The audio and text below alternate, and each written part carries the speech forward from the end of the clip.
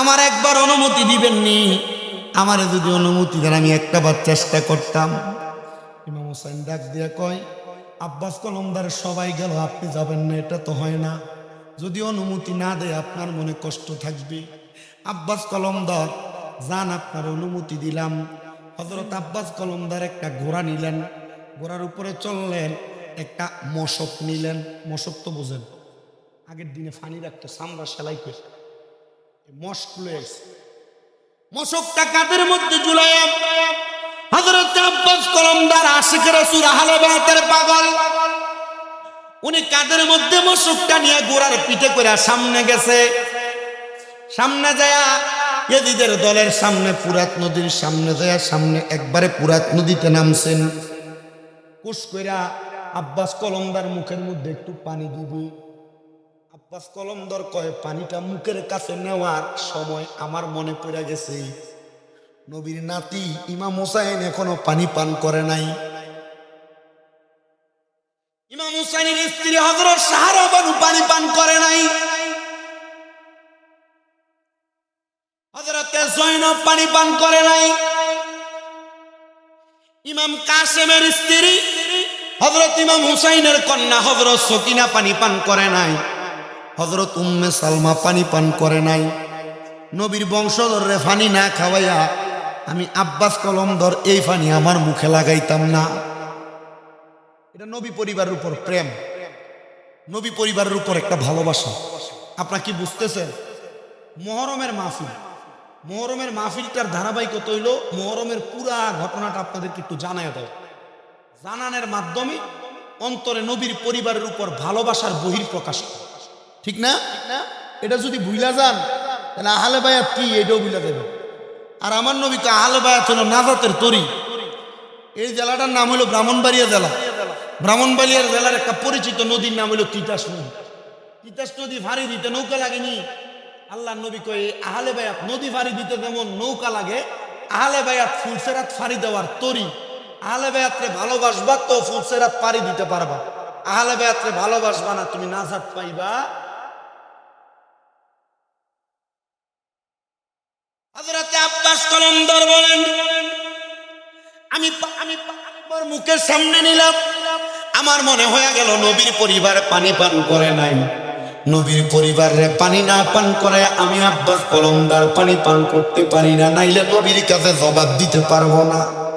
হযরত আব্বাস কলমদার সাথে সাথে মশকটা লয়া পানি ভরছে।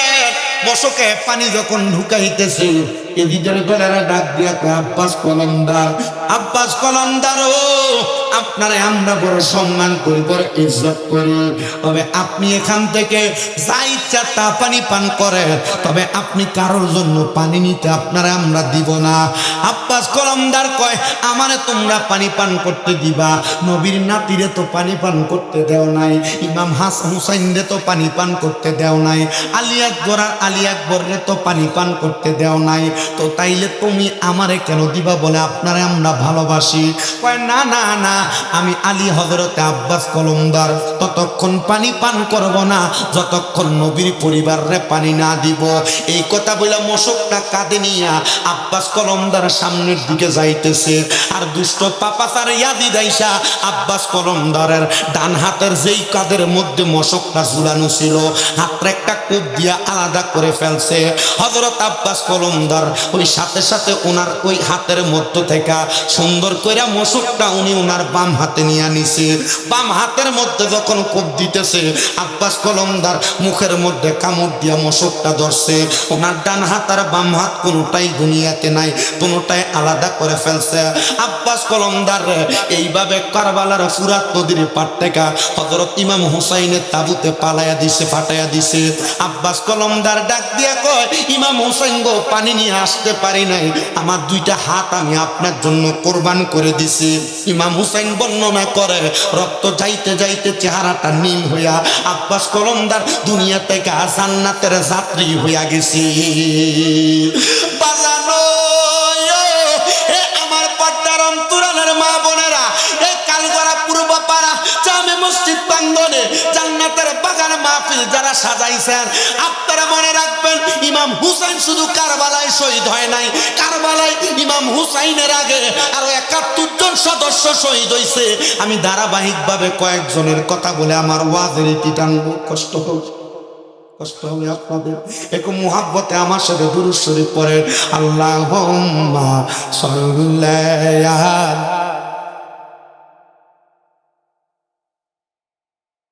নাবিয়ানা মাওলানা মুহাম্মাদ, আল্লাহুম্মা সাল্লি মুহাম্মাদ নাবিয়ানা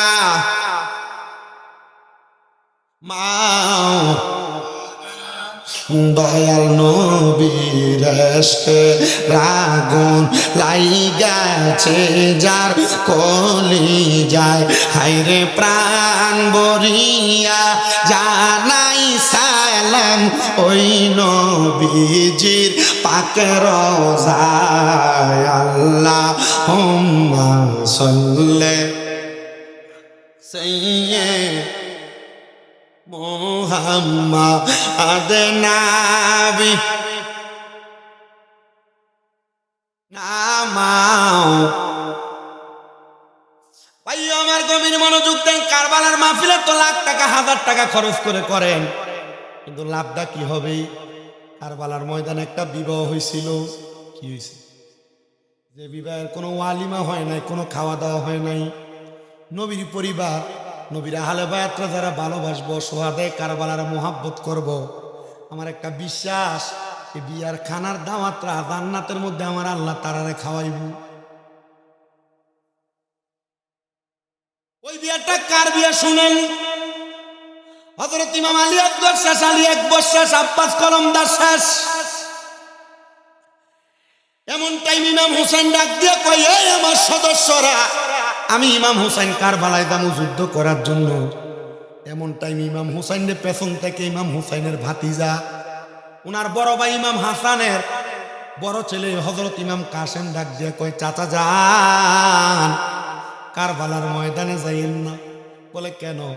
বলে কারবালার ময়দানে যে যাবে, কারবালার ময়দানে আপনি যে শহীদ হয়ে গেলে, আপনার নানা মুহাম্মাদুর রাসূলুল্লাহ যদি আমার ময়দানে মাশরে প্রশ্ন করে, হে ইমাম কাসেম, তুমি জীবিত থাকতে আমার নাতি ইমাম হুসাইন কেন আগে যুদ্ধ কইরা শাহাদাত বরণ করলো? আমি আপনার নানার কাছে কোনো জবাব দিতে পারবো না। চাচা জান, আমার অনুমতি দেন, আমি যুদ্ধ করব।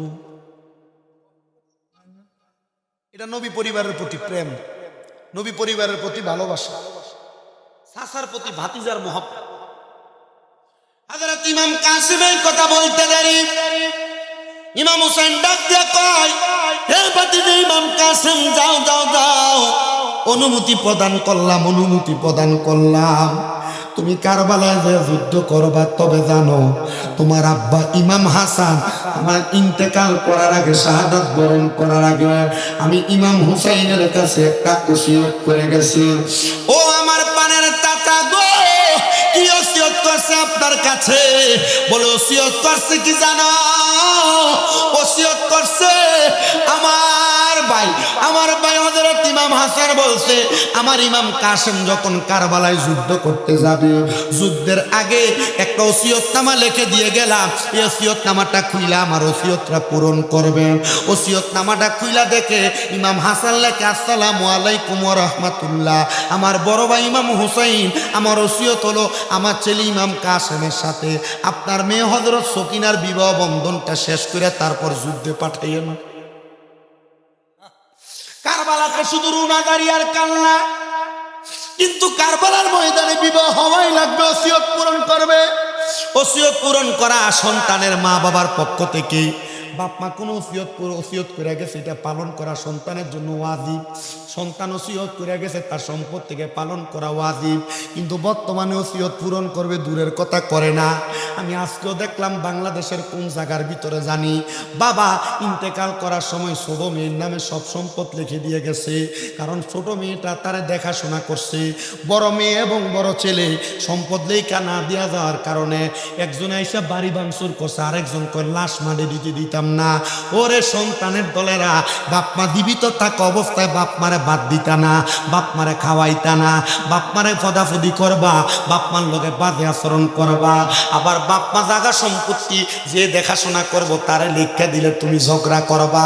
তুমি কুলাঙ্গার, তুমি কুলাঙ্গার। সেই সন্তানেরা বাপ মা জীবিত থাকা অবস্থায় সম্পদের মায়া করে বাপ মারে খাওন কোরাক দেয় না, বাপ মারে কষ্ট দেয়, বাপ মার মুখের খানা কেড়ে নেয়, বাপ মারে বৃদ্ধাশ্রমে দিয়া দেয়। এই সন্তান আসলে সন্তান না, এই সন্তান না ফরমান, না ফরমান, না ফরমান। খোদার কসম ওই সন্তান জাহান্নামী ধরে বলেন ঠিক কিনা? আমি আমার এই নবীনগরের কালগড়া এলাকার বিয়ে করার না, যে তার নিজের পায়ে দাঁড়ায় নাই, আল্লাহর কসম করে বলি, সন্তান প্রাপ্ত বয়স্ক, বিয়ে করার বয়স হয়েছে বোঝা যাচ্ছে। যদি বিয়ের বয়স না হয় একই ফ্যাম করতে ঘুরে, আপনার মনে কথা বুঝতেছেন না? যদি বিয়ের বয়স না হয়, এনাইলে লগের বাড়ির মাইয়া ফানির লগে টিস্কারি মারে, তার মানে আর বিয়ের বয়স হয়েছে, বিয়ের বয়স হয়েছে।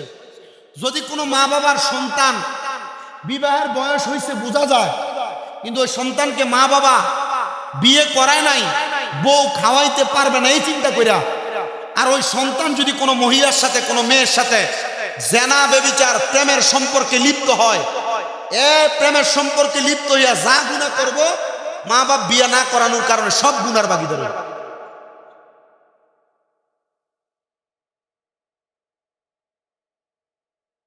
আপনি মনে করতেছেন আপনার ফুতের বয়স 19-20 বছর হয়েছে, আমি কি লেগে বিয়ে করাইতাম?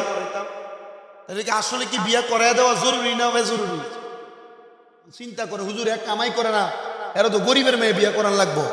আরে বাবা, আপনি বিবাহ করানোর পর গরিবের মেয়ে যে আনবেন, আপনি তার রিজিক নির্ধারণ করা লাগবে না। সে যখন আপনার ঘরে আসবে, সে তার রিজিক নিয়েই আসবে। আপনি তো সঠিক কইলেন, আপনি তো ফুলা বিয়ে করাইবেন, কেউ ফুলা যদি বিয়ে করাইবা এই সম্মানই কিটা দিবা? ও দেলাইও 1.5 লাখ টাকা দিলাইলে একটা মিশক কিনা চালাইব না,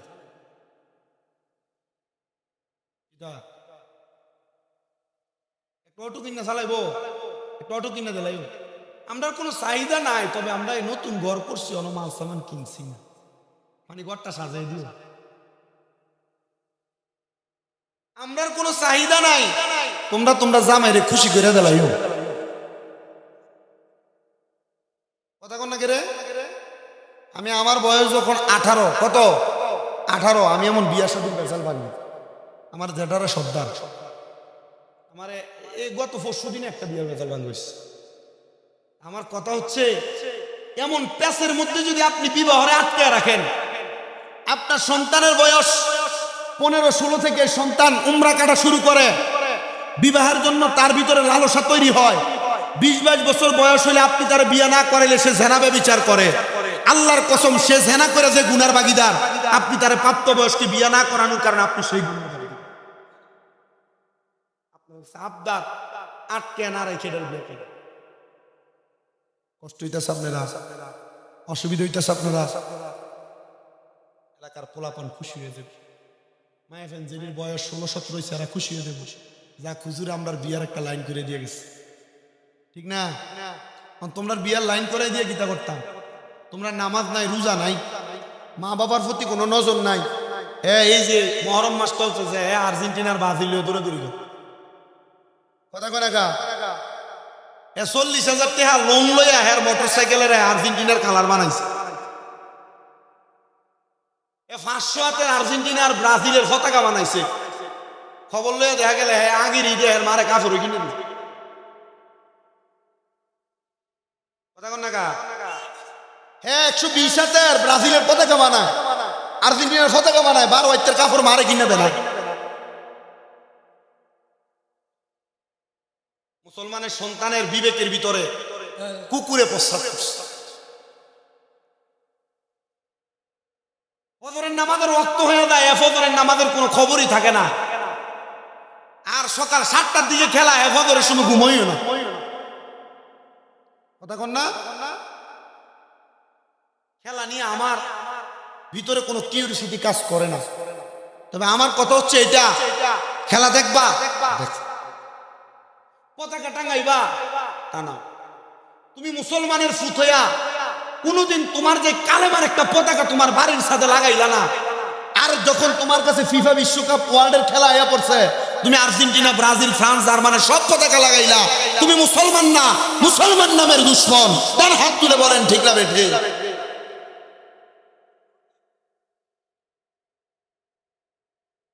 আমি ওয়াজ করি সঠিক, মুসল্লিও কয় সঠিক।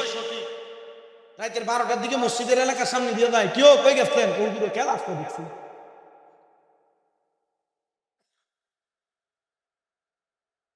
ফজর নামাজে দেখলাম না, রাইতে 4টার দিকে খেলা খেয়ে ঘুমাইছি, আর খবর না। হ্যাঁ, মুসলমানের সন্তানেরা, আপনি খেলা দেখবেন কি দেখবেন এটা নিজের নিতান্ত আপনার নিজের বিষয়। না, আপনি আপনার নিজের বিবেককে প্রশ্ন করেন। সকাল 7টায়, সকাল দিনের রাত্র 12টায় খেলা হবে, সকাল 4টায়, ভোর 4টায় খেলা হবে, আপনি এটার জন্য অপেক্ষা করেন।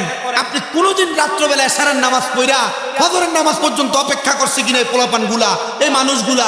এটাও বিবেক দিয়ে যাচাই করার বিষয়। যদি না করে থাকেন, খোদার কসম, আমার কাছে না, এলাকার সর্দারের কাছে না, মেম্বার চেয়ারম্যানের কাছে না, মাওলার দরবারে ময়দানে মাশরে জবাবদিহিতা করা লাগে।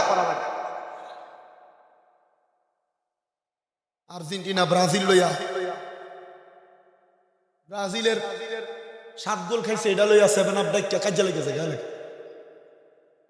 কথা কয় না তো, লাগে না কাজা? সাদওয়ানে সায়ের কাপ পেনাবিলি করে, আর একদম তার কাটারে দেখছে বড়ি দিয়ে কিস্তি উড়াইয়া ব্যাঙ্গারের ভিতরে ব্রাজিলের কালার করছে। আমি এটা মোবাইলে দেখি যে আমি এর লাগে এটি ঢুকিও না, মানে যখন যেটা ভাইরাল হয় এটা মোবাইলের সামনে দিয়ে বেশি হয়। আমার কথা হচ্ছে আপনাদের কাছে আবদার, আপনাদের কাছে আবদার, মুসলমানের মেয়েদেরকে ফেসবুকে দেখা যায় ওড়না ছাড়া, এই আর্জেন্টিনা ব্রাজিলের জার্সি পইরা ওড়না ছাড়া তাদের দেহ দেখানোর জন্য এরা ফেসবুকে চলে আসে। লজ্জা লাগে না? এক মুরব্বী দেখছি বুড়া বয়সে বিমৃতি ধরছে, দাড়ির ভিতরে আর্জেন্টিনার পতাকার কালার বানাইছে। দেখছেন আপনার এগুলা? লজ্জা নাই এদের, শরম নাই এদের। দাড়ি 100 নবীর সুন্নত, এত বড় দাড়ি, দাড়ির ভিতরে খ্রিস্টানদের পতাকার কালার। আল্লাহ হেদায়েত দান করে। কত নাচানাচ খেলা উপলক্ষে এলাকার ভিতরে দেখছেন, বাজার খানার আয়োজন করে, কিন্তু এ যদি মিলাদুন নবীর মাহফিল করে আসে তাবারুক করে এত বেদাত। আর্জেন্টিনা ব্রাজিলের খেলা উপলক্ষে এলাকায় খিচুড়ি বিরিয়ানি রান্ধে, কিন্তু সুয়াদে কারবালার মাহফিল করে বিরিয়ানি খিচুড়ি রান্ধলে এক বেদাত। খেলা উপলক্ষে মিছিল করে আর মিলাদুন নবীর 10টা জুলুসের মিছিল করলে কই বেদাত? সব দিলে বেদাতের ফতুয়া, কিন্তু এদের ব্যাপারে হারামের ফতুয়া আসেন, আসতো না। কারণ আসলে যুব সমাজ এদের থেকে দূরে থেকে। আল্লাহ সবাইকে হেদায়েত দেন। আমি আপনাদের রাস্তা সহজ করে দিছি, গুনার বাগিদার হয়েন না। সন্তান উপযুক্ত বয়স হচ্ছে মনে করলে বিয়ে করাই দিয়ে আপনি আপনার ইনকাম থেকে সন্তানের বউর খরচ চালায়েন, দেখবেন আল্লাহ তাআলা আপনার পরিবারকে সুন্দর করে দিবে। এর যদি আপনি 30 বছর বয়সে বিয়ে করান, 30 বছর বয়সে বিয়ে করলে হের বাচ্চাটা হইতে আর বয়স হইবে 31 বছর। এ বাচ্চা মানুষ হইতে যদি 20 বছর লাগে, তাহলে হের বয়স হবে 51 বছর। হ্যাঁ কি হের নাতি ফুতির কামাই খেতে পারবো? জিফুতের কামাই তো খাইতে পারতো না। এই জন্য সন্তান প্রাপ্ত বয়স্কার উপযুক্ত বয়স হইলে ছেলে মেয়েকে বিবাহ করাইয়া দেওয়া এটা মা বাবার দায়িত্ব। আর যদি না করান, তাহলে আপনি এই সন্তান গুনাহ করলে আপনি গুনার ভাগীদার হবেন। আমি যেই কথার মধ্যে ছিলাম, আমার মুসলমানেরা, ইমাম কাসেমকে কারবালার ময়দানের মধ্যে বিবাহ করে পাঠাইয়া দেওয়া হলো কারবালায় যুদ্ধ করার জন্য। আমি অল্প সময়ের মধ্যে শেষ করে দিব। 12টা 6 বাজে, 1.5 ঘন্টা হয়েছে, আর বেশি দেরি করে লাভ নাই। ফজরের নামাজ যেন মানুষ পড়তে পারে, ঠিক আছে না? কারণ আমি আপনাদের অত্র অঞ্চলে ওয়াজ করে মজা পাই। এদের লোহরি আসছি, কালীপুর আসছি, এই শ্রীরামপুরের পাশে আসছি, এদিকে যত জায়গায় আসছি, রতনপুর মোটামুটি সব জায়গায় ভালো পাইছি। শ্রোতা যতটুকু ওয়াজ করে বুঝিয়ে দিয়ে যায় ততটুকু শান্তি। আজকে কারবালার ওয়াজ যতটুকু করছি, আমার মনে হয় যে আমি যতগুলা ঘটনা শর্টকাটে বলে ফেলছি, এতগুলা প্রত্যেকটা ঘটনা এক এক বক্তা এক এক মাহফিলে ওয়াজ করে। আর আমি লাস্ট 3 দিন এই ব্রাহ্মণবাড়িয়া জেলাতে ওয়াজ করতেছি। গতকালকেও মাহফিল করছিলাম কসবা, ওরা বাড়িতে গেছি। আমার আপনারা অনেকে জানেন আমার আম্মা অসুস্থ, চলে যাওয়া লাগে, আজকেও করে যাওয়া লাগবে, আগামীকাল শাহবাজপুর মাহফিল, কিন্তু আমি বাড়িতে চলে যাব। এরপরের মাহফিলও আমার তন্ত মোটামুটি আমার রানিং মাহফিলগুলো যেগুলো ব্রাহ্মণবাড়িয়াতে, আমার ব্রাহ্মণবাড়ির মানুষ ভালোবাসে, মহব্বত। আপনার থেকে 2 পয়সা নিয়ে মনে হয় আমরা সংসার চলে, আলহামদুলিল্লাহ। কয় না তো আপনাদের নবীনগরে অনেক পোলাপান আমার মাদ্রাসায় পড়ে, আমি দেখি যে আপ্যায়ন বলা লাগে না, বানায় ফিডা লইয়া দেখা, ফল ফ্রুট লইয়া দেখা, ইয়া মাদ্রাসায় হুজুর খাইয়ে নাম ফিডা লইয়া দেখা, মানে এটা মহাব্বত, আলাদা মহাব্বত। পর্দার অন্তরালে অনেক মা বোন, যে আমার নাসির মিয়া নি, নাসির ভাই না, উনি কইল যে হুজুর বৃষ্টিটা যদি না হয়তো দেখতেন বেরিন কত। আমি জানি নবীনগর, ব্রাহ্মণবাড়িয়া, বাঞ্ছারামপুর, হোমনাথ, তিতাস, মুরাদনগর এই এলাকা মাহফিল হইলে বেড়াইতে থেকে বেরিয়ে তো 10 গুণ বেশি, ঠিক নেই? তবুও এখন যে হিসাব করলে আমার মা বোন আপনার হাতে বেশি আছে, হইলে না হইলে আমি জানি। আল্লাহ যারা আসতে পারে না, যারা আসছে, আল্লাহ তাদেরকে সমান সমান সওয়াব দিও। যারা বাড়ি ঘরে এখনো সজাগ থেকে ওয়াজ শুনতেছে, তারা সমান সমান সওয়াব দিও। যারা সোশ্যাল মিডিয়া, ইউটিউব মিডিয়ার মাধ্যমে দেখতেছে, তারা সমান সমান সওয়াব দিও। পড়েন আমিন। ইমাম কাসেম চলে গেলেন, পুরো ওয়াজ শেষ করা যাবে না, ইমাম কাসেমের শাহাদাত বলে সালাতু সালাম দিয়ে দিন। ইমাম কাসেম চলে গেলেন, যুদ্ধ করতেছে। ইমাম কাসেমের তারা এমন ভাবে আঘাত করেছে, ঘোড়ার পিঠের মধ্যে বসা ইমাম কাসেমের পায়ের রগ বরাবর, ডান রগ বরাবর আঘাত করেছে, বাম রগ বরাবর আঘাত করেছে, ইমাম কাসেমের কানের মধ্যে আঘাত করেছে, ইমাম কাসেমের মাথা বরাবর, মুখ বরাবর আঘাত করেছে। ইমাম কাসেমের রক্ত পড়তে পড়তে শরীর দুর্বল হয়ে গেছে, মাটিতে পড়ে গেছে। স্ত্রী স্বামীকে দেখেছেন, কিন্তু বাসর করতে পারে নাই, হক আদায় করতে পারে নাই। ইমাম কাসেম নিচে পড়ার পরে ইমাম কাসেমের গলা বরাবর তারা কোরবানিটা যখন চালায় দিছেন, ইমাম কাসেম রাদিয়াল্লাহু তাআলা আনহু দুনিয়া থেকে শাহাদাতের পেয়ালা পান করে বিদায় হয়ে গেছে। এরা কি করছে জানেন? ইমাম কাসেম রাদিয়াল্লাহু তাআলা আনহুর লাশ মুবারক যে ঘোড়ার পিঠে করে যুদ্ধ করতে আসছে, ওই ঘোড়ার পিঠে এইভাবে দিয়া, ঘোড়াটার পিঠের মধ্যে ইমাম কাসেমের লাশটা রাইকে একটা তীর নিয়া ইমাম কাসেমের বুক বরাবর এইভাবে ঢুকে ঘোড়ার পিঠের মধ্যে গাড়াইয়া দিছে। ইমাম কাসেমের লাশ মুবারকটা ডাইরেক্ট ইমাম হুসাইনের তাবুর মধ্যে পাঠাইছে। ইমাম হুসাইনের তাবুর মধ্যে কান্নার রুনাজারি পড়ে গেছে। আরে সবাই ডাক দিয়া কয়, কি মাতম কারবালায় শুরু হইল? এজিদের মনে একটু মায়া নাই? নবীর নাতি, নবীর বংশধররা তারা এইভাবে আঘাত করতেছে। আশেক লেখি, আল্লাহ কে মারল রে মায়ের যতনে রতন, কে কারিয়া নিল মায়ের বুকের জাদু দন। আল্লাহ কে মারল রে, আল্লাহ কে মারল রে মায়ের যতনে রতন, কে কারিয়া নিল মায়ের বুকের জাদু দন। আল্লাহ কে মারল রে, আল্লাহ কাসেমের লাশ গোড়ার পিষ্টেতে চড়িয়া আপন সজ্জনের কাছে পৌঁছিল আসিয়া। আরে ঘরে বাইরে লাগলো আগুন কাসেমের লাগিয়া। আল্লাহকে মারল রে, আল্লাহকে মারল রে মায়ের যতনে রতন, কে কাঁদিয়া নিল মায়ের বুকের জাদু দন। আল্লাহ কে মারল রে, আল্লাহ কাসেমের লাশ সজন যখন দেখিল, আসমানে বাইঙ্গা যেন তাদের মাথাতে পড়ল। তারে মাইরা আন্দার। আমার প্রিয় মুসলমানেরা শোনেন, অন্তরের কানটা লাগায়া হযরত ইমাম হুসাইন রাদিয়াল্লাহু তাআলা আনহু এই কথা বইলা উনার তাবুর মধ্যে অবস্থান করতেছে, কিন্তু হুসাইনের তাবুর মধ্যে কোনো পানি নাই। হুসাইন রাদিয়াল্লাহু তাআলা আনহুর 2 জন সন্তান, একজন সন্তানের নাম হযরত আলী আকবর, একজন সন্তানের নাম হযরত আলী আসগর। আলী আসগর 6 মাসের দুধের শিশু, কোনো পানি নাই। ছোট বাচ্চাটারে হযরতে সাহারা বানু ইমাম হুসাইনের স্ত্রী কুলের মধ্যে লইয়া আইসা ডাক দিয়া কয়, স্বামী ইমাম হুসাইন, ইয়াজিদের দলের সাথে আপনার নানার এবং আপনার দুশমনি থাকতে পারে, এরা আপনাদেরকে চেয়ার দিবার লোভে এরা আপনাদের জন্য পানি বন্ধ করে রাখছে। হুসাইন, আপনি দুধের শিশু আলী আসগরকে নিয়ে যান, এরা নিয়ে গেলে এরা আপনারে পানি দিয়া দিব। আপনি যদি হযরত আলী আসগরকে নিয়ে যান, এরা মায়া করে আপনার একটু পানি দিয়া দিব। ইমাম হুসাইন কয়, না রে সাহারা বানু, না, ওই ইয়াজিদের মনের মধ্যে কোনো মায়া নাই। ওই ইয়াজিদ হলো বেঈমান, দুষ্ট পাপাচার। ওই ইয়াজিদ আমার আসগরে কষ্ট দিব। সাহারা বানু ডাক দিয়া কই, জাল না, এরা এত পাষণ্ড না, এরা আমার ইমাম হযরত আলী আসগরে পানি দিব। ইমাম হুসাইন সাহারা বানুর কথা রাখার জন্য হযরত আলী আসগরে কুলে নিলেন। দেখতেছে হযরত আলী আসগরের ঠোঁটগুলো একবারে শুকনা, 6 মাসের বাচ্চা, পানিও পায় না, দুধও পায় না। হযরত আলী আসগরের মুখটা শুকনা হইয়া রইছে। ইমাম হুসাইন ওনার জিহ্বাটা বাহির কইরা আলী আসগরের মুখের মধ্যে দিয়া দিছে। আলী আসগর জিহ্বাটারে এমন চোচা চুষছে, একটা বিন্দু পরিমাণ থুতু ইমাম হুসাইনের ঠোঁট মুবারক থেকে, জিহ্বা মুবারক থেকে বাহির হয় না।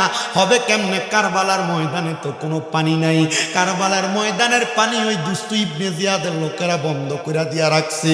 যখন বন্ধ করে দিয়ে রাখছে রে মুসলমান, হযরত ইমাম হুসাইন ছোট বাতির পারে গেছে। উরাত নদীর পারে যায়া ডাক দিয়া কই, ও উবাইদুল্লাহ ইবনে জিয়াদ, ও আব্দুল্লাহ ইবনে জিয়াদ, ও ইয়াজিদ, ও শিমর, তোমরা কি আমার সন্তানরা একটু পানি পান করাইবানি? তারা ডাক দিয়া কই, হুসাইন সামনে আগমন করেন, পানি দেওয়া হবে। যখন ইমাম হুসাইন হযরত আলী আসগরকে কুলের মধ্যে নিয়ে সামনে গেছে, ইমাম আলী আসগরের বুক বরাবর তীরটা মাইরা ইমাম আলী আসগরের দুনিয়া থেকে জান্নাতের রাস্তা দেখিয়ে দিছে। ইমাম হুসাইন কান্দে আর ডাক দিয়া কয়, জগতের মানুষ, পশু পাখি পুরা নদীর পানি খাইলো, কিন্তু আমার আলী আসগর পানি পাইল না। আলী আসগরের বুকের মধ্যে লইয়া তাবুর সামনে দেয়া ডাক দিয়া কই, ওগো আমার সাহারা বানু, আমার স্ত্রী যে সন্তানরে পানি পান করানোর জন্য আমার কোলে দিছ, আমি তোমার সন্তানরে দুনিয়ার পানি পান করাইতে পারি নাই, আমি তোমার সন্তানরে জান্নাতের পানি পান করানোর ব্যবস্থা করে দিছি। হযরত সাহারা বানু কান দিয়া ডাক দিয়া কয়, সুখের মাতম কারবালার ময়দানে পড়ে গেছে। আইরে হায়, হযরত আলী আসগরে রাখার পরে হযরত ইমাম আলী আকবর সামনে আসছে। আলী আকবর আইসা কে, আব্বা জান, আপনি যদি আমার অনুমতি দেন আমি পানির জন্য পুরাত নদীর পারে যাব। ইমাম আলী আকবর ইমাম হুসাইন ডাক দিয়া কয়ে, যাইও না, যদি ওই পুরাত নদীর পারে যাও এরা তোমার ভাই আলী আকবরের মতো, তুমি আলী আকবরেরও তারা তীর মেরা দিব।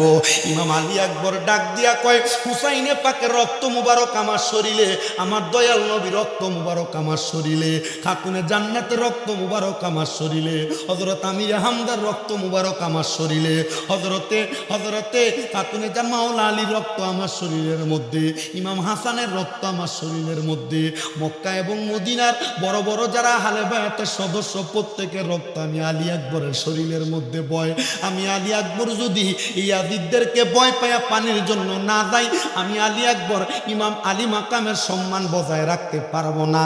গোড়াটা নিয়ে আলী আকবর সামনে গেছে পানি নেওয়ার জন্য, ইয়াজিদের দলের আলী আকবরকে ঘেরাও করে ফেলছে। ইমাম আলী আকবর নিজে বর্ণনা করে, শামে কারবালা এবং আস-সাওয়ারিকুল মুফরিকা হাদায়েকে কারবালা 3টা কিতাবের মধ্যে উল্লেখ করতেছে। আল বিদায়া ওয়ান নিহায়া ইসলামিক ফাউন্ডেশন কর্তৃক ছাপানো 16 খণ্ডের কিতাবে ঘটনাটা উল্লেখ করতেছে। ইমাম হুসাইন রাদিয়াল্লাহু তাআলা আনহুর সন্তান আলী আকবর একসাথে তরবারি দিয়া 90 জনরে কতল করে ফেলছে। 90 জনরে কতল করার পরে আলী আকবরের পানির পিপাসা একটা ফোঁটা পানিও পায় না। দৌড়াইয়া গোড়াটার পিঠে চইরা বাবা ইমাম হুসাইনের সামনে যে দাঁড়াইছে, যে ডাক দিয়া কয়, আব্বা জান, ও আব্বা, পানির জন্য গেছি, এরা আমারে ঘেরাও করে রাখছে, এরা আমারে পানি দেয় নাই, আমি আমার তরবারি দিয়ে একটানা 90 জনরে কতল করে ফেলছি। আব্বা জান, একটা ফোঁটা পানির ব্যবস্থা নিয়ে আমি আলী আকবরে করে দিতে পারেন? আমি আলী আকবর যদি একটা ফোঁটা পানি পান করতে পারি, আল্লাহর কসম আমি আলী আকবরের সামনে ওই ইয়াজিদের সবগুলা যদি আসে আমার তরবারি থেকে তারা তারা বাঁচতে পারবে না। ইমাম হুসাইন কয় আলী আকবর, একটা ফোঁটা পানি যদি তোমারে দিতে পারতাম, তোমার ভাই আলী আকবর দুনিয়া থেকে বিদায় হইতো না, তুমি যুদ্ধে যাওয়া লাগতো না। আলী আকবর, দুনিয়ার পানি পান করা লাগবে না রে, যা যা যুদ্ধের ময়দানে যা, ইয়াজিদের সঙ্গে যুদ্ধ কইরা যদি তুমি দুনিয়া থেকে বিদায় হইয়া যাও, আমি হযরত ইমাম হুসাইন বললাম, আমার নানা মুহাম্মদুর রাসূলুল্লাহ, তুমি আলী আকবরের জন্য হাউজে কাউসারের পানি হইয়া দাঁড়াইয়া রইছে। সুবহানাল্লাহ। বাজালো হযরত আলী আকবর আর দেরি করলেন না, আবার ঘোড়ার পিঠে উইঠা দৌড়াইতে দৌড়াইতে সামনে গেছে। হযরত আলী আকবর বলে, সামনের দিকে যাইয়া আমি ওই জায়গার মধ্যে যুদ্ধ করা শুরু করে দিলাম।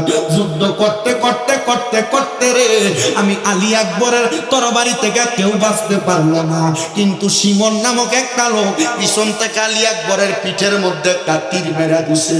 আলী আকবর ডাক দিয়া কয়, জগতের মানুষ রে, এ জগতের মানুষ, আমি যখন যুদ্ধ করি এরা আমার নিঃশ্বাসটা বন্ধ কইরা দিছে।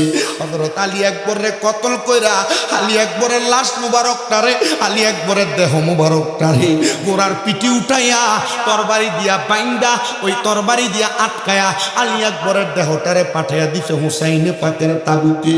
সাহারা বানু কান্দে আর ডাক দিয়া কয়, কে মারলো রে এমন কষ্টের কাজ, কে করলো রে? আরে কারবালার ময়দানে এমন মাতম জারি কে শোনায়া দিল রে? এত কষ্টের ঘটনা কারবালার ময়দানে চলতেছে। আর আশেক বলে, আমার ভাই হোসেন রে শহীদ করল কোন পাশানে, আমার ভাই হোসেন রে শহীদ করল কোন পাশানে, লুটিয়া মাতম করুন বিবি জয়নবে। আইরে আমার ভাই হোসেন রে শহীদ করল কোন পাশানে, আমার ভাই হোসেন রে শহীদ করল কোন পাশানে, লুটিয়া মাতম করে বিবি জয়নবে, লুটিয়া মাতম করে বিবি জয়নবে। পুরা কারবালার ময়দানের মধ্যে কান্নার রোনাদারি পড়ে গেছে। আলী আকবর নাই, আলী আকবর নাই।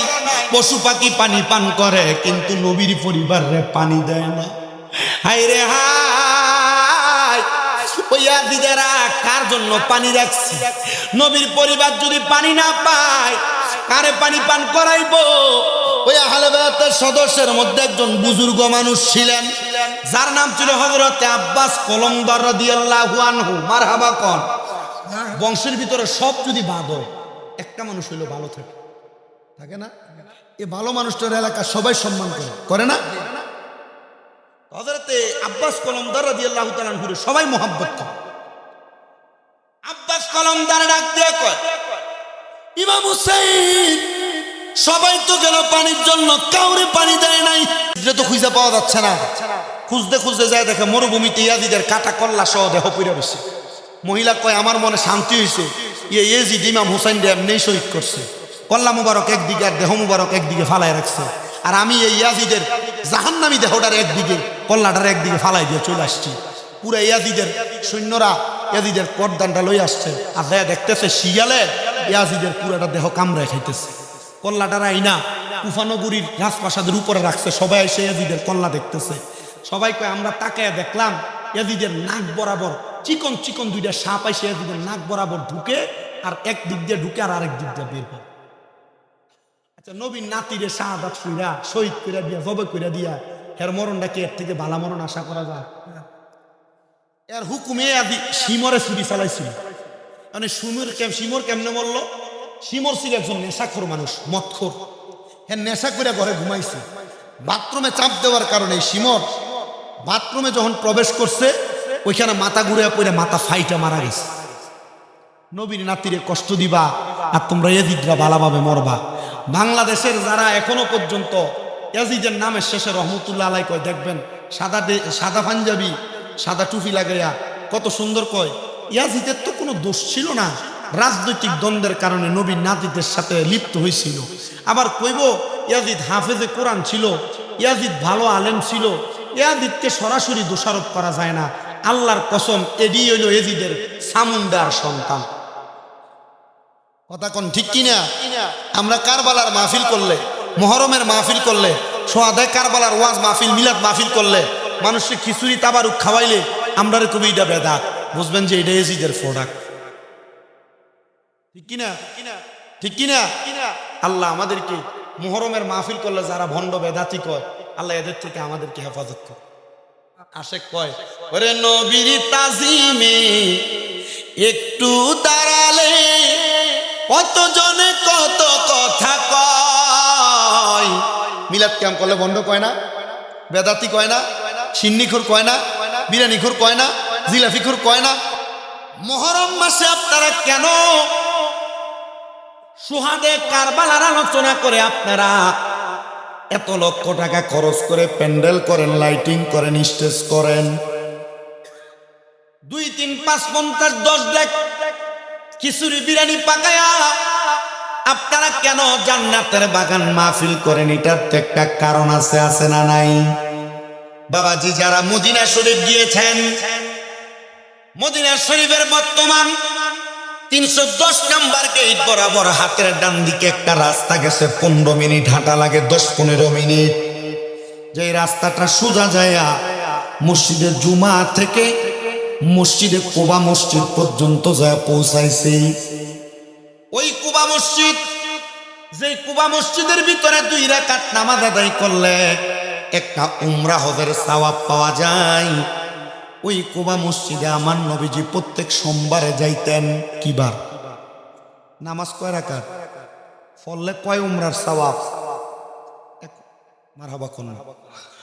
আমার প্রিয় মুসলমানেরা, ধৈর্যের সাথে একটু মনোযোগ দিয়ে আলোচনা শ্রবণ করেন। নবী আমার প্রত্যেক সোমবারে যাইতেন। একদিন শীতের সকালবেলা আমার নবীজি মসজিদে কুবার দিকে রওনা করলেন। মদিনা শরীফ এবং কুবা মসজিদের মাঝ বরাবর একটা ঘর আছে, মাটির ঘর, যেটার উপরে এখন কোনো ছাদ নাই। যে ঘরটা খাতুনে জান্নাত মা ফাতেমাতুজ জোহরা রাদিয়াল্লাহু তাআলা আনহার ঘর। নবী আমার ওই ঘরের দরজার সামনে গেলেন, যা সালাম প্রদান করলেন। সালাম দেওয়ার সাথে সাথে ঘরের দরজাটা আমার নবীজির কলিজার টুকরা হযরতে মাওলা আলী রাদিয়াল্লাহু তাআলা দরজাটা খুলে দিলেন। দরজাটা খুলে দেওয়ার পরে নবীজিকে খাতুনে জান্নাত মা ফাতেমা সালাম দিলেন। হযরত ইমাম হাসান আর হুসাইন খেলা করতেছে ঘরের পাশেই। আমার নবীজি শীতের সকালবেলা কালো রঙের একটা পশমি চাদর নবীজির শরীর মুবারকে লাগায়া আমার নবী যখন ওই খাতুনে জান্নাত মা ফাতেমার ঘর মুবারকের মধ্যে প্রবেশ করলেন, নবীজি দেখতে পাইলেন মাওলা আলী ক্ষুধার্ত, মা ফাতেমা ক্ষুধার্ত, হযরত ইমাম হাসান আর হুসাইন ক্ষুধার্ত। আমার নবীজি তখনও কোনো দেরি করলেন না। নবীজির শরীর মুবারকে কালো রঙের যেই চাদর, ওই চাদরটাকে আমার নবী এইভাবে তাদের সামনে মেলে ধরলেন। মেলে ধইরা নবী আমার ডাক দিয়া কই, ওগো হযরত আলী, আপনি আমার চাদর মুবারকের নিচে প্রবেশ করেন। ওগো মা ফাতেমা, আপনি আমার চাদরের নিচে প্রবেশ করেন। ওগো হযরত ইমাম হাসান আর হুসাইন, আপনি আমার চাদরের নিচে প্রবেশ করেন। আমার নবী চাদরের নিচে যখন তারা 4 জন প্রবেশ করলেন, মাঝখানে আমার দয়াল নবী রইয়া গেলেন। নবীজি তখন আল্লাহর দরবারে হাত বাড়ায় দোয়া করে, আল্লাহুম্মা হাউলাই আহলু বাইতি, আল্লাহ আপনি এদেরকে কবুল করেন, এরা হলো আমার আহলে বায়াত। জোরে কোন সুবহানাল্লাহ। ভাই এই আমার গভীর মনোযোগ। নবীজি এই দোয়া করতে দেরি আমার আল্লাহ সাথে সাথে কোরআনের আয়াত নাযিল করে দিছে।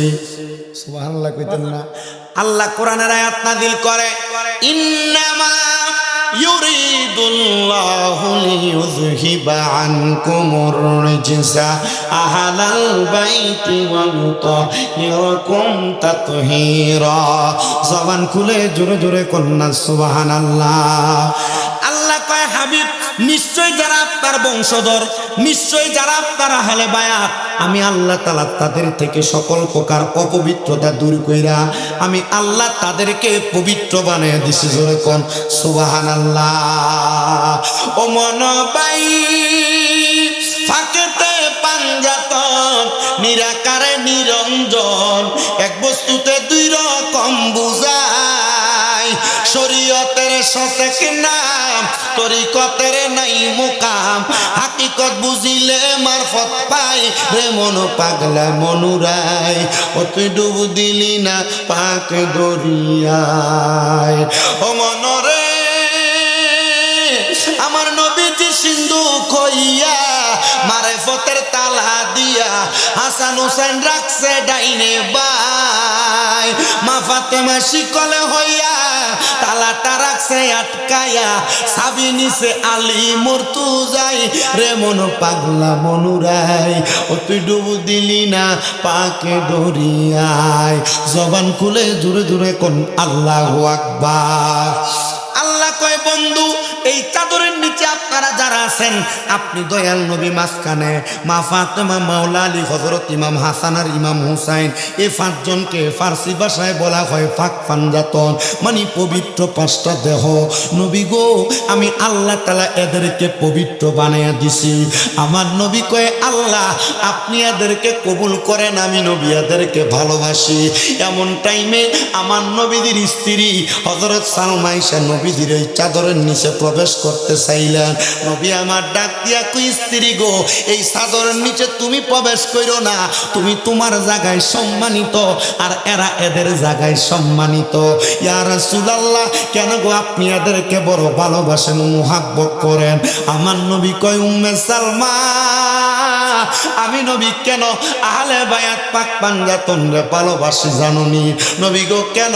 হযরত আনাস ইবনে মালিক হাদিস বর্ণনা করে। আনাস ইবনে মালিক কয় জগৎবাসী একদিন আমি আমার নবীজির দরবারে প্রবেশ করলাম, ইমাম হুসাইনও আমার নবীজির দরবারে প্রবেশ করছে। আমার নবী আমার সালাম দিয়া ইমাম হুসাইন রে নবীর কোল মুবারকে বসাইয়া আমার নবীজি ইমাম হুসাইন রাদিয়াল্লাহু তাআলা করে আদর করতেছি। নবী আমার ডাক দিয়া কয় ও আনাস ইবনে মালিক তুমি কি দেখো? নবীজি আমি দেখি আপনি ইমাম হুসাইনকে আদর করতেছেন। আমার নবী ডাক দিয়া কয় আনাস ইবনে মালিক তুমি কি আর কাউরে দেখো নাই? না ইয়া রাসূলুল্লাহ দেখি নাই। আমার নবী কয় আনাস আমার আল্লাহর ফেরেশতা হযরত মিকাইল আলাইহিস সালাতু ওয়াস সালাম অল্প কিছুক্ষণ আগে আমার দরবারে আগমন করছে। আগমন কইরা আমি নবী যখন ইমাম হুসাইনকে আদর করতেছি, আমি নবীরে ডাক দিয়া কই ইয়া রাসূলুল্লাহ আপনি নবী বুঝি ইমাম হুসাইনকে বড় ভালোবাসেন, এই জন্য ইমাম হুসাইনকে আপনি আদর করেন? আমার নবী কয় হ্যাঁ আদর করি। এ আনাস আমারে মিকাইল ফেরেশতা বলছে নবী গো আপনি যে হুসাইনকে এত ভালোবাসেন আদর করেন, এই হুসাইনকে তো কিছু দাড়িওয়ালা টুপিওয়ালা পাগড়িওয়ালারা কারবালার ময়দানে শহীদ করে দিবে শুধুমাত্র মসনদের লোভে, শুধুমাত্র চেয়ারের লোভে, শুধুমাত্র ক্ষমতার লোভে। আমার নবী কয় মিকাইল আমি নবী মানি না আমার হুসাইন কারবালার ময়দানে শহীদ হইয়া যাইব। মিকাইল ডাক দিয়া কই নবী গো ইমাম হুসাইন এমনে শহীদ হইয়া যাইতো না গো নবী। ইমাম হুসাইন যখন শহীদ হইব ইমাম হুসাইন নামাজরত অবস্থায় থাকবো, 2 রাকাত নামাজ আদায় করব, কিন্তু দুনিয়ার মানুষ 2 রাকাত নামাজে সেজদা দেয় 4টা, ইমাম হুসাইন সেজদা দিব 3টা। আমার নবী কান্দে আর ডাক দিয়া কয় ও ফেরেশতা আমার হুসাইন কি জীবনের শেষ সেজদাটা দুনিয়াতে আদায় করতে পারবে না? আমার নবীরে ডাক দিয়া কয় নবী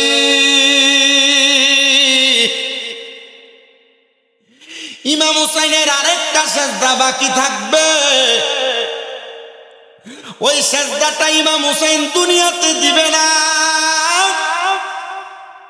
ইমাম হুসাইন ওই সেজদাটা আল্লাহ তাআলার কাছে হাসরের ময়দানে দিবে নবী গো। আমার নবী কয় কেন রে?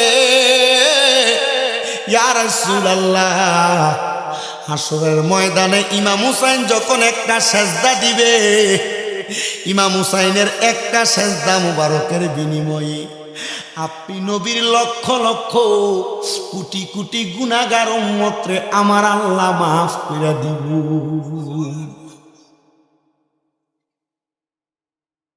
কেমনে রে? ওই ইমাম হুসাইনের গলা মুবারকের মধ্যে ইয়াজিদরা তরবারি চালাইলো, কেমনে রে? ইমাম ইমাম হুসাইনের ওই গলা মুবারকে আমার নবী দিনে এবং রাতে চুমা খাইছে। আমার নবীজি ইমাম হুসাইনকে এত আদর করছে, নবীজি আবার খাতুনে জান্নাতের ঘর থেকে তাদেরকে নিয়ে বের হইলেন। ছোট ছোট দুইটা বাচ্চা। আমার নবী যখন বের হইয়া সামনের দিকে যায়, আরবের মরুভূমির ছোট ছোট পাথরগুলা ইমাম হাসান হুসাইনের পায়ের নিচে আঘাত লাগতেছে। ইমাম হাসান উফ শব্দ করে, আমার নবীও উফ শব্দ করি। ইমাম হুসাইন উফ শব্দ করে, আমার নবীও উফ শব্দ করি। ইয়া রাসূলুল্লাহ, আঘাত লাগে তাদের, আপনি কেন উফ শব্দ করেন? আমার নবী কয়, ওরে কেউ যদি ওদের কষ্ট দেয় যেন নবী কষ্ট পায়। বলেন, কেউ যদি ওদের কষ্ট দেয় যেন নবী কষ্ট পায়। কষ্ট দিল মা ফাতেমার গায়ে। বলেন, কষ্ট দিল মা ফাতেমার গায়ে। বলেন, কেউ যদি ওদের কষ্ট দেয় যেন নবী কষ্ট পায়। তিরমিজির হাদিস, কেউ যদি ইমাম হাসান হুসাইনকে কষ্ট দেয় স্বয়ং আমার নবীরে কষ্ট দেয়। আশেক বলে, কেউ যদি ওদের কষ্ট দেয় যেন নবী কষ্ট পায়। কষ্ট দিল মা ফাতেমার গায়। বলো, কষ্ট দিল মাওলা আলীর গায়। হাইরে কোন পাশানে তীর মারিল নবীর বংশের কলি যায়। হাইরে কোন পাশানে তীর মারিল নবীর বংশের কলি যায়। কষ্ট দিল মা ফাতেমার গায়। বলো, কষ্ট দিল মাওলা আলীর গায়।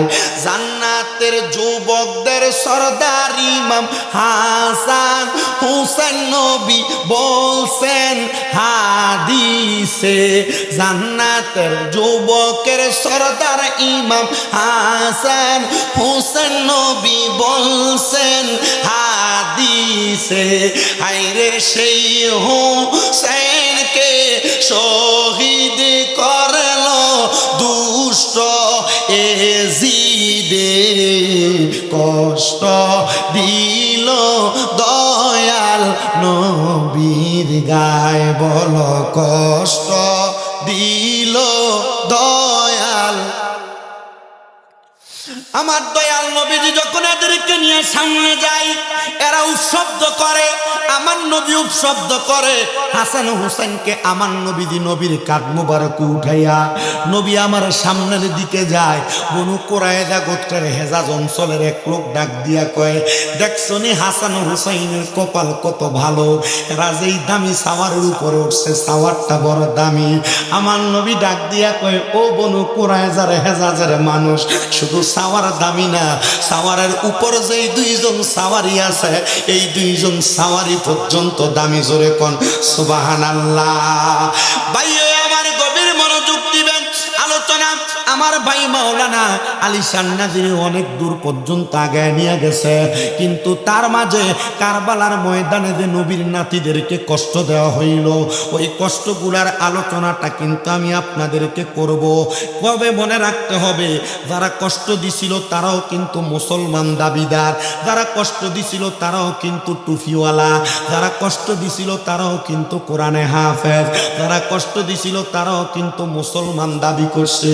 মুসলমান দাবি করলে মুসলমান না, আগে দেখতে হইব এটার অন্তরে কলবের মধ্যে ঈমান আছে কিনা, আহলে বায়াতের ভালোবাসা আছে কিনা।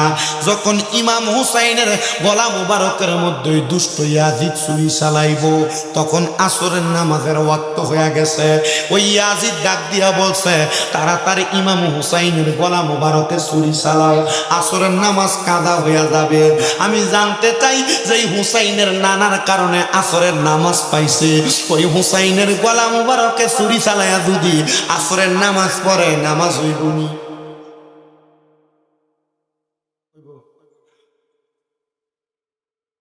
আমার দয়াল নবী রাহমাতুল লিল আলামিন নবী সবার কাছে ওসিয়ত করে গেছেন। মাওলা আলী রাদিয়াল্লাহু তাআলা আনহু নবীজির মেয়ের জামাতা মা ফাতেমার স্বামী হযরত ইমাম হাসান হুসাইনের আব্বা, উনি সিফফিনের যুদ্ধের রওনাকালে হযরত ইমাম হুসাইন রাদিয়াল্লাহু তাআলা আনহুর আব্বা জান যখন যায়, উনি ওনার দলের সবাইকে বলে, হে আমার দলের সদস্যরা, সেনাবাহিনীরা, তোমরা এই ফুরাত নদীর পারে যাইয়া তোমরা একটু সংযম হইয়া যাইবা, তোমরা একটু নিজের আবৃত করে রাখবা। বলে কেন? সামনে যেই নদীটা দেখো এটার নাম হলো ফুরাত নদী। কি নদী? হে হযরত মাওলা আলী, আপনি বলতেছেন ফুরাত নদীর কাছে যাই আমরা আমাদেরকে সংযত করার জন্য, কারণ কি? মাওলা আলী একটা ডাক দিয়ে কয়, সাহাবীরা রে, কেন তোমরা তোমাদেরকে সংযত করবা জানুনি? বলে কেন? বলে আমার নবী বলছে, যখন ইয়াজিদেরা আমার ইমাম হুসাইনের সঙ্গে কারবালার ময়দানে যুদ্ধের মধ্যে লিপ্ত হবে, হুসাইন রাদিয়াল্লাহু তাআলা আনহু সহ আহলে বায়াতের ৭২ জন সদস্যের জন্য এরা এই ফুরাত নদীটারে বন্ধ করে দিব, এরা নবীর বংশধরদেরকে পানি দিবে না। কি দিত না? নবীর বংশধরদেরকে পানি দিবে না। সাহাবায়ে কেরাম বলে, ও মাওলা আলী, ও মাওলা আলী গো, আমরা যুদ্ধের রওনাকালে পিপাসার্ত আমরা মনে করেছিলাম ফুরাত নদী থেকে আমরা পানি আহার করব। মাওলা আলী কয়, যেই পানি ইমাম হুসাইন রাদিয়াল্লাহু তাআলা আনহুর গলা মুবারকে পড়বে না, ইমাম হুসাইনের জন্য বন্ধ করে রাখবে, ওই পানি আমি মাওলা আলী আমার গলা মুবারকের মধ্যে জিহ্বার মধ্যে দিব না। সাহাবায়ে কেরাম কয়, যদি নবীর নাতির গলা মুবারকে পানি না পড়ে, আমরা এই পানি আমাদের গলা দিয়ে নামাইব না। বাজানো ইমাম হুসাইন রাদিয়াল্লাহু তাআলা আনহু এখনো পর্যন্ত কারবালার ময়দানে যায় নাই। আমার নবী এগুলা আগে আগে সাহাবায়ে কেরামের কাছে ওসিয়ত করে দিছে। কুফা নগরীর মানুষ বড় বেঈমান। কুফা নগরীর মানুষ হযরত ইমাম হুসাইনের আব্বা মাওলা আলী মা ফাতেমার স্বামী, নবীর চতুর্থ খলিফা, উনি যখন কুফা নগরীতে গেছে, নামাজরত অবস্থায় মাওলা আলীর পায়ের মধ্যে তারা তীর মেরে দিছে। মাওলা আলী ডাক দিয়া কয়, জগতের মানুষকে তারা যদি আমি মাওলা আলীরে তীর মেরে দিতে পারে, আমার সন্তানের সাথেও তারা দুশ্মনী করতে দ্বিধা দ্বন্দ্ব করবে না। হে কুফা নগরীর মানুষ, তোমরা কিন্তু আমার সন্তানের সাথে বেঈমানি করো না। কিন্তু তারা বেঈমানি করবে। বেঈমানি করার জন্য ইমাম হুসাইন যখন মদিনাতে অবস্থান করতেছে, ইমাম হুসাইনে একটা একটা কইরা 1250 চিঠি পাঠাইছে ইমাম হুসাইনের কাছে। কয়টা? 1250 চিঠি। ইমাম হুসাইনকে যখন একটা চিঠি লেখে, ইমাম হুসাইনের চিঠিটার জবাব দেয় না, কারণ ইমাম হুসাইনের সামনে নবীজির বড় বড় সাহাবায়ে কেরাম আছে। হযরত আব্দুল্লাহ বিন জুবায়ের আছে, আরো বড় বড় সাহাবীরা আছে। হযরত ইমাম হুসাইনের কাছে চিঠিটা আসলে উনি চিঠিটা হাতের মধ্যে নিয়ে সবাইরে নিয়ে একটা বৈঠক করে। হে নবীর সাহাবীরা, আমারে তো কুফার মানুষ চিঠি দিছে, তারা আমার কাছে বায়াত গ্রহণ করবো, আমি যাব। তারা কয়, আপনি যাইয়েন না, এই কুফা নগরীর মানুষ বড় বেঈমান, আপনার সাথে বেঈমানি করবে। তারা আপনার বাবার আঘাত করছে, আপনার ভাইয়ের বিষ পান করাইছে। হযরত ইমাম হাসান রাদিয়াল্লাহু তাআলা করে কুফার মানুষ বিষ পান করে মারছে। আপনি যাইয়েন না। কিন্তু জানেন, যারা মুনাফিক, যারা বেঈমান, এদের মুখের কথা সুন্দর আছে না? সমাজে এমন বহুত সুন্দর সুন্দর আছে না, দেখবেন এটার মুখের কথা যে সুন্দর, কিন্তু আপনার দোয়ান একটা কইব, বাড়িতে যাওয়ার কাছে লাগাই দেবে। এটা কি? আল্লাহর নবী কইনাল মুনাফিকিনা ফিদ দারকিল আসফালি মিনান আল্লাহ তাআলা মুনাফিকদের জাহান্নামের আগুনে লার্কি বানাইব। যারা মুখে এক কথা বলে, সুন্দর কথা মুখে, ভিতরে মুনাফিকি, ভিতরে নেফাকি, মানুষের সাথে দুশ্মনী, শত্রু, ঝগড়া, ফাসাদ, দ্বন্দ্ব লাগায় তলে তলে, এরা ভালো মানুষ না, না মুনাফিক, ঠিক কিনা? 1250 নম্বর চিঠি লিখছে। ওই চিঠির মধ্যে ওই কুফা নগরীর বেঈমানেরা, ইয়াজিদের দলেরা লিখছে, ইমাম হুসাইন আপনি যদি কারবালার ময়দানে না আসেন, কুফা নগরীতে না আসেন, আমাদেরকে যদি বায়াত না করান, তাহলে আমরা কাল ময়দানে মাশরে আপনার নানার কাছে আপনারে আসামি বানিয়ে দিমু। আমরা বলবো আমরা ইমাম হুসাইনের কাছে বায়াত হইতে চাইছিলাম, ইমাম হুসাইন আমরা বায়াত করাই নাই। ইমাম হুসাইন ডাক দিয়ে কয়, জগৎবাসী, যখন আমার এই চিঠিটা দিল, ওই চিঠিটা পাওয়ার পরে আমি আর দেরি করলাম না, আমি রওনা করলাম কুফা নগরীতে যাওয়ার জন্য।